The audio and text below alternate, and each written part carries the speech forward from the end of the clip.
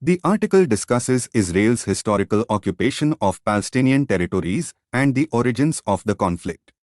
It highlights Israel's narrative of self-defense against Hamas, emphasizing the complex factors contributing to the crisis. The author argues that the rise of Hamas was a result of the failure of peace efforts and continuing occupation.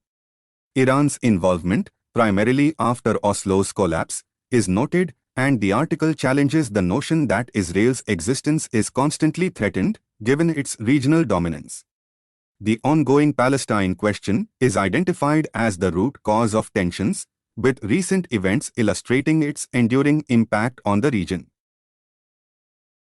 The article discusses the significance of biosphere reserves, emphasizing their role in conservation and sustainable development.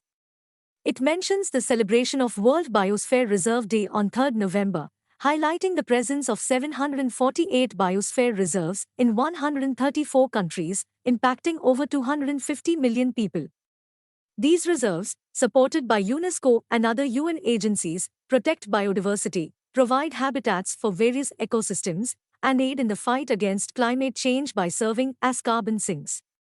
The article cites examples of local community efforts in biosphere reserves like Sundarban and Gulf of Mannar in India. It also discusses the recent 10 South and Central Asian Biosphere Reserve Network meeting in Chennai, promoting sustainable environmental practices. The latest economic data, including the official index of 8 core industries for September and SP Global's Purchasing Managers Index, PMI, for the manufacturing sector in October, indicate a noticeable slowdown in India's economic momentum. Key infrastructure industries like cement, coal, steel, and electricity showed a significant easing in production growth to a 4-month low of 8.1% in September, compared to 12.5% in August. Heavy rains and weakening demand affected sectors like cement, electricity, and steel. The manufacturing PMI for October hit an 8-month low, reflecting slowing demand and job creation challenges. Rising inflation expectations and lower agricultural output pose additional concerns for policymakers addressing slowing growth and persistent inflation. The Pakistani government's directive ordering all undocumented migrants to leave the country by 31 October has put the lives of hundreds of thousands of Afghan refugees at risk. While the government claims the decision isn't targeting any specific nationality, it is evident that Afghan refugees are the primary focus due to their significant numbers in Pakistan. Around 1.3 million Afghans are registered as refugees, while another 880,000 have legal status. Pakistan argues that the presence of these migrants has led to rising crime and terror attacks, but critics point out that Pakistan's security crisis is a result of its own dual policy on terrorism. The move has sparked a humanitarian crisis, with thousands stranded on the Afghan-Pakistan border, leading to UN warnings of a potential tragedy.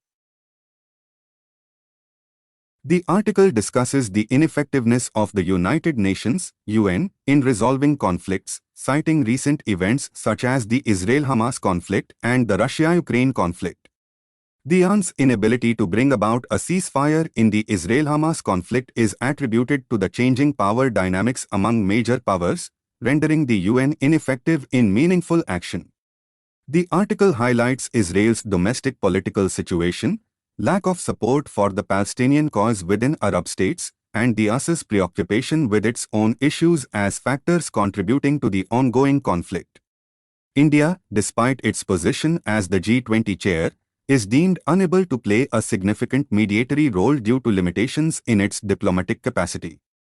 The article also questions the future of the liberal international order, stating that the notion of a rules-based international order is a myth, and the world is currently in a multipolar but chaotic state.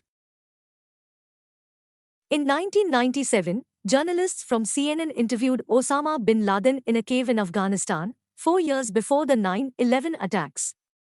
Bin Laden, once an ally of the US and Pakistan-trained Mujahideen, was asked about his future plans, to which he replied that they would be seen and heard about in the media. The journalists, Peter Bergen and Peter Arnett, gained insights into bin Laden and went on to write bestsellers about the encounter. At that time, interviewing terrorists and revolutionaries was considered a part of credible journalism. This article highlights the significance of such interviews and mentions Anita Pratap's interview with Velupilli Prabhakaran during the LTTE's violent attacks in Sri Lanka in 1983. The article delves into the concept of worker productivity and its relationship with economic growth.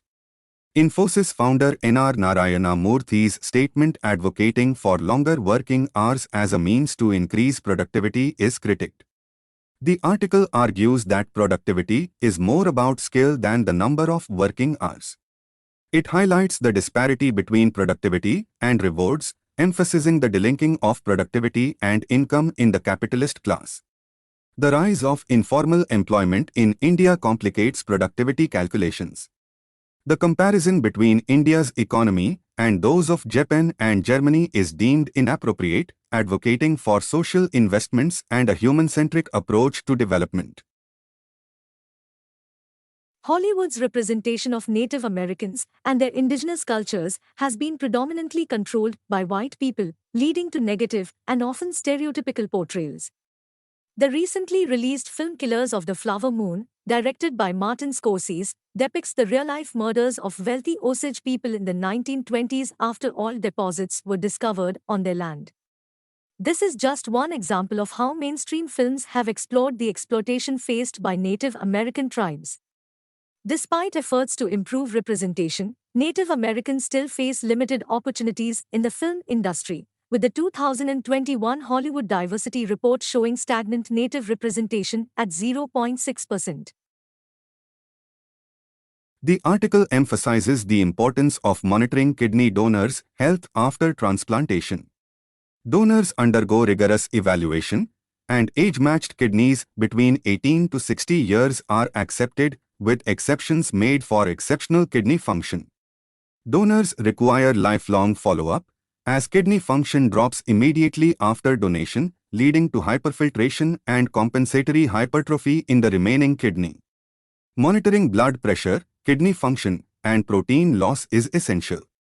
A recent study on kidney donors highlighted the significance of monitoring salt intake, as excessive salt consumption can impact kidney function.